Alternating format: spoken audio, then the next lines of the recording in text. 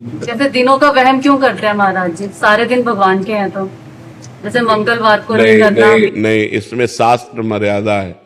इसमें जो शास्त्र मर्यादा है उसका हमें पालन करना चाहिए। जैसे संध्या के समय मैथुन नहीं करना, भोजन नहीं करना, शयन नहीं करना, उस समय जप करना, भगवान का ध्यान करना। तो शास्त्र जो आज्ञा करता है हम अगर उसका पालन करेंगे तो हमारी उन्नति होगी। अब जैसे गुरुवार के दिन किसी भी स्थिति में बाल नहीं कटाना, द्वादशी के दिन किसी भी स्थिति में तुलसी जी को नहीं छूना। तो जो शास्त्र मर्यादा बनाई गई अब उसमें हम क्यों नहीं कह सकते? क्योंकि ये ब्रह्म ऋषियों के द्वारा बनाई हुई मर्यादा है। बुधवार को और शुक्रवार को आप बाल कटवा सकते हैं, लेकिन अन्य दिनों में कटवाने से आपके पुण्य क्षय होंगे। ब्रह्म ऋषियों ने जो मर्यादा बना रखी है अगर हम उससे चलेंगे तो हमें ज्यादा लाभ मिलेगा।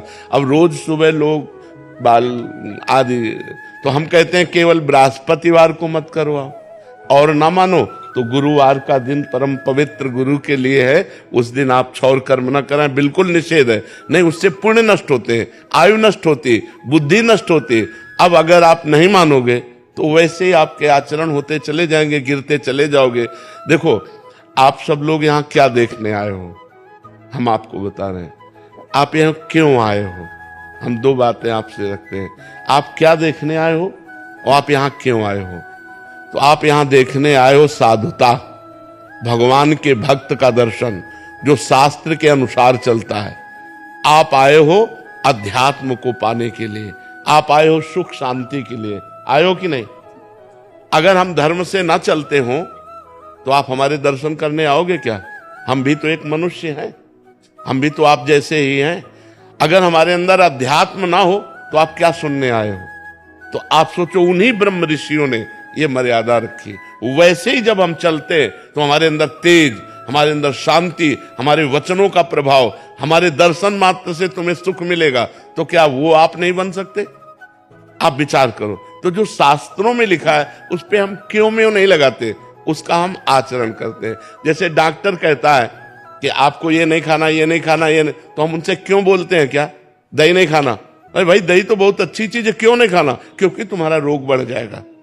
जब तुम ठीक हो जाओगे तब तुम सब कुछ कर सकते हो, लेकिन जब तक ठीक नहीं होते तब तक तुम्हें दही नहीं खाना, ऐसा मना किया जाता है ना। जब तक हमारा ज्ञान नष्ट नहीं हो जाता तब तक ये सब बातें, और ज्ञान नष्ट हो गया तो फिर कोई नियम नहीं, फिर वो सबके ऊपर पहुंच जाता है। जब स्वस्थ हो गया तो खूब दही खाओ, क्या परेशानी है?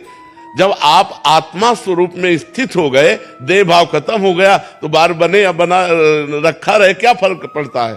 तो हम अभी देहाभिमानी हैं, देह भाव से चलते हैं। तो हमें शास्त्र के नियमों का पालन करना। जो आज शास्त्र के नियमों का पालन नहीं करते तो गिरते चले जाते हैं। अब ये शास्त्र आज्ञा करता है जिस दिन से गर्भ आ जाए उस दिन से माता पिता को ब्रह्मचर्य रहना चाहिए।